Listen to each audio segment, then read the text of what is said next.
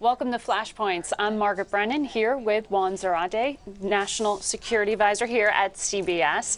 There's been a lot of furor within the past 24 hours in regard to this disclosure that the government has been monitoring, perhaps data mining, information that many Americans thought was totally in the private space.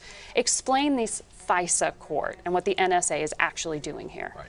Margaret, two remarkable revelations. First, the revelation that the U.S. government is acquiring mass amounts of data from Verizon to look at call information history.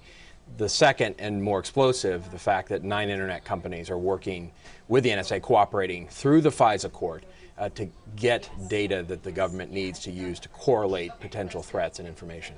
What the FISA court is, and what the government is saying, is that these are legal, these are important and critical programs.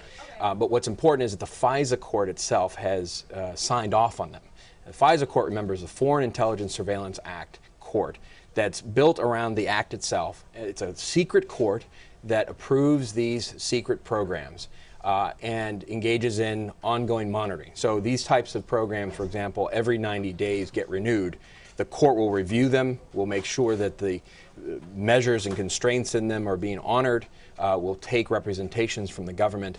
And so the FISA court in some ways is the judicial branch's oversight over these types of programs. But their decisions are not public. They have oversight, but there's no visibility or transparency into why they're deciding. That's right, and that's why you've heard criticism from the left and from groups like ACLU saying, that's fine and dandy, but all of this is happening in secret. And if it weren't for these leaks from the Washington Post and the Guardian, we wouldn't even know that these programs exist. And so the question is this balance between the need to look at data, to look at mass amounts of data and correlations, and privacy and civil liberties. And finding that right balance, not only in terms of acquiring and correlating it and analyzing it, but also protecting it. And so the government will say, and I've been in these positions before, there are protections for American citizens. These are not targeted at American citizens or information, and they're not looking necessarily in the first instance at content. And so we've heard the president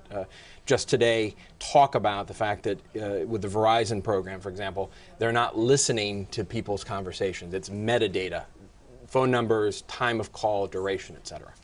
How necessary is this gathering of information to protecting the security of the country? Because this goes back a build-off of the Patriot Act and has been in place, the president says, since 2006. This isn't new. Right.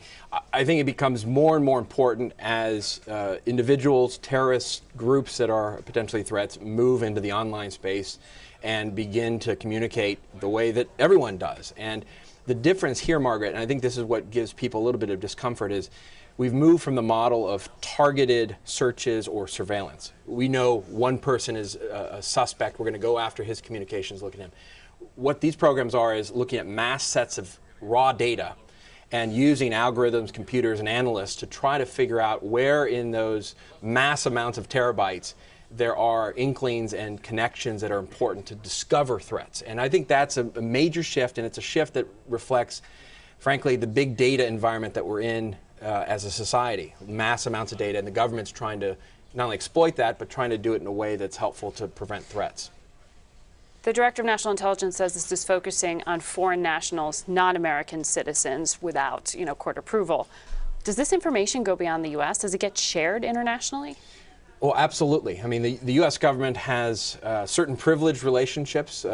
Countries like the United Kingdom that we trust quite a bit, sharing classified information.